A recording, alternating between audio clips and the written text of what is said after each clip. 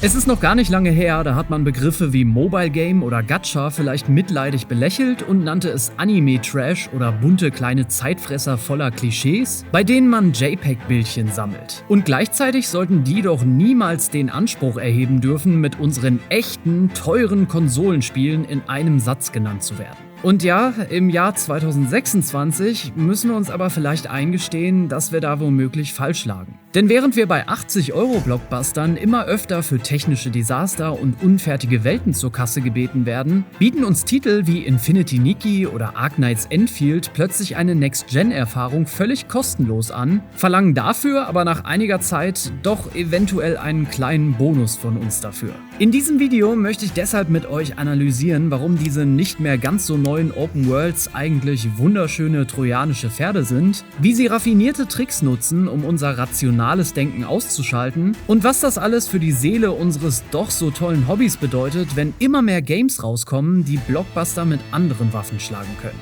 Bereit? Dann legen wir los. Bevor wir verstehen, warum wir alle eventuell mal in diese Falle tappen, müssen wir vielleicht doch erstmal klären, womit wir es hier eigentlich zu tun haben. Denn der Begriff Gacha wird oft als Synonym für Lootboxen verwendet, doch das greift eigentlich ein bisschen zu kurz. Der Name leitet sich nämlich erst einmal von den japanischen Gashapon-Automaten ab, also diese kleinen Kapselmaschinen vor dem Supermarkt, bei denen man eine Münze einwirft, an einem Rad dreht und hofft, dass das Spielzeug herausfällt, das man eigentlich haben wollte, nur um dann ein anderes zu bekommen. Übertragen auf das digitale Zeitalter bedeutet das, Gacha-Games sind meistens Free-to-Play-Titel, bei denen zentrale Gameplay-Elemente, meistens die Charaktere oder Waffen, hinter einem Zufallsgenerator oder allgemein Geld weggesperrt sind. Du kaufst also nicht den Charakter, den du liebst, sondern eher die Chance, ihn vielleicht zu bekommen. Das Gemeine daran ist dann aber, dass diese Spiele technisch gesehen ja eigentlich kostenlos sind. Wir können also die Welt erkunden, die Story spielen und Monster verhauen, ohne einen Cent zu zahlen, aber das gesamte Design ist dann doch darauf ausgelegt, in uns das Verlangen zu wecken, doch einmal an diesem digitalen Rad zu drehen. Und da hört es dann noch nicht mal auf, weil diese Spiele meistens auch noch wunderschön aussehen und uns teilweise mit richtig guten Stories in ihre Welt ziehen. Angetrieben von der Unreal Engine 5 wären da zum Beispiel Spiele wie Infinity Nikki, das offene Welten und dynamische Lichteffekte bietet, für die man früher noch zwingend eine High-End-Konsole brauchte, oder halt Genshin Impact, das mit dem Grundgerüst der Unity Engine läuft und ebenfalls wahnsinnig toll aussieht. Dabei wird auch noch mit der Möglichkeit, es noch jederzeit auf dem Smartphone mit dem gleichen Spielstand spielen zu können, ebenfalls noch eine zusätzliche Hürde genommen, und zwar neben der Hürde zu spielen eben auch irgendwann die Hürde zu zahlen. Und gerade deshalb kann man diese semi-neue Generation auch fast als trojanische Pferde bezeichnen.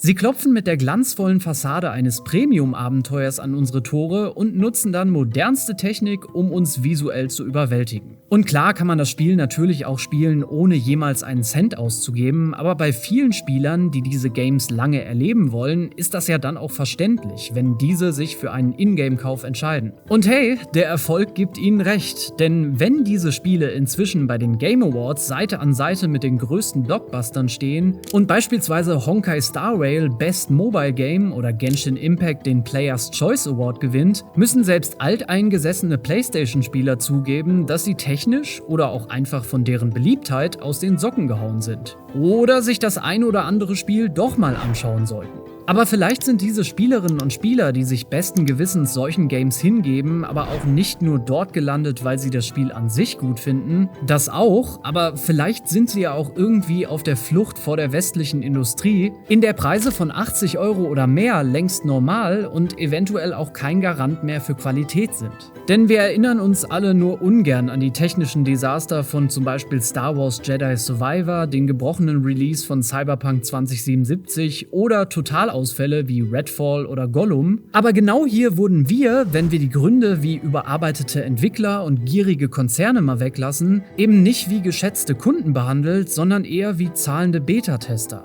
Die Spieler haben sich die Spiele, wie ich damals zum Beispiel mit Battlefield 4 auf der PlayStation, also gekauft, um eine tolle Erfahrung zu machen, sich aber vielleicht vorher nicht informiert, was ja auch okay ist, und sind dann noch zusätzlich zu ihrem vermeintlichen Fehler enttäuscht worden. Dazu kommt aber auch noch die tiefe Krise hinter den Kulissen. Allein im Jahr 2022 gingen Schätzungen zufolge über 8.500 Arbeitsplätze in der Branche verloren. Studios schließen immer häufiger und viele Projekte werden auch eingestampft. Das Vertrauen in die großen Namen bröckelt daher massiv und genau hier bieten diese Gacha-Welten eben schon seit Jahren eine Alternative an, die im ersten Moment völlig paradox klingt, aber wahnsinnig clever ist, nämlich Sicherheit. Diese Free-to-Play-Titel können es sich eben schlichtweg nicht unbedingt leisten, sie unfertig auf den Markt kommen zu lassen, weil ihre gesamte Finanzierung davon abhängt, dass wir ja freiwillig bleiben und deshalb müssen sie eben schnell stabil werden und laufend liefern, weil Retention, also Bindung, eben ihr Geschäftsmodell ist und Early Access da schwierig wird. Und wenn man sich dann einmal so richtig von dieser schönen Welt begeistern lassen hat, dann arbeitet bei vielen solcher Games ein effizienter Motor, der dann vielleicht weniger von Künstlern als vielmehr von anderen Experten entworfen wurde. Und der ist auch schon allgemein bekannt. Zu Beginn befinden wir uns dabei nämlich in der sogenannten Honeymoon-Phase, in der wir mit Währung und Geschenken überschüttet werden und das Spiel uns anlocken möchte. Ab hier greift dann aber ein Mechanismus, den Psychologen als den Kampf zwischen System 1 und System 2 bezeichnen. System 2 ist dabei unser langsames, rationales Denken, das Preise vergleicht, und System 1 ist sozusagen unser impulsives Bauchgefühl. Das Problem dabei ist aber, dass Gacha-Games durch diese ganzen Mechanismen oft Meister darin sind, System 2 komplett auszuschalten. Das beginnt schon bei der Währung, denn sehr wenige solcher Spiele sagen dir eventuell einfach, dieser Charakter kostet 25 Euro. Stattdessen kaufst du nämlich meistens Schöpfungskristalle, Gold oder andere Währungen, tauschst diese in Urgestein oder noch eine andere Währung um und das wiederum dann in Schicksalswobbel, die dritte Währung. Durch diese Ebenen der Abstraktion verliert unser Gehirn dann automatisch den Bezug zum echten Geldwert, was uns keiner verübeln kann, wenn wir so umhergeworfen werden. Und wenn man dann noch unter Zeitdruck gesetzt wird, zum Beispiel durch limitierte Banner oder Flash-Sales, hat man vielleicht gar keine Zeit mehr für rationales Nachdenken. Und wer schon einmal ein solches Game wie Honkai Star Rail oder Wuthering Waves gespielt hat, weiß auch, dass diese Spiele oft viel Zeit benötigen. Tägliche Missionen, Energiesysteme, die sich vielleicht langsam auffüllen und wöchentliche Bosse, die man grinden muss, legen sich eben nicht alleine. Das kennt man mittlerweile aber auch von Vollpreistiteln wie Battlefield, die einen damit am Spiel halten und FOMO, also die Angst, etwas zu verpassen, auslösen möchten. Diese lukrativen Endlosschleifen bleiben genau deshalb natürlich auch diesen großen Titeln im Westen nicht verborgen. Denn wenn wir sehen, wie zum Beispiel Ubisoft mit dem früher Infinity genannten Animus Hub einen Service-Layer über Assassin's Creed legen will oder GTA 5 Berichten zufolge insgesamt über 8 Milliarden Dollar umgesetzt hat, bei dem ein Großteil aus GTA Online kommt, verstehen wir dabei, dass vielleicht schon lange eine Zeitwende stattfindet, die sich auch irgendwann mit einfachen Ingame-Käufen überschneidet. Für die Konzerne wäre es nämlich natürlich fahrlässig, dieses Geld einfach liegen zu lassen, weil das ja schnell verdient ist. Für Spieler stellt sich aber immer mehr die Frage, was mit der Seele unseres Hobbys passiert. Denn so schön die Welten in Genshin Impact auch sind und so toll die Geschichten dort geschrieben sind, fühlen sich solche Geschichten für manche oft an wie digitale Freizeitparks. Also wunderschöne Erlebniszonen, die wir eher benutzen, als wirklich zu erleben, und Orte, die uns binden, aber innerlich am Ende womöglich seltsam leer zurücklassen. Hier liegt dann auch meistens der fundamentale Unterschied zu Werken wie Elden Ring.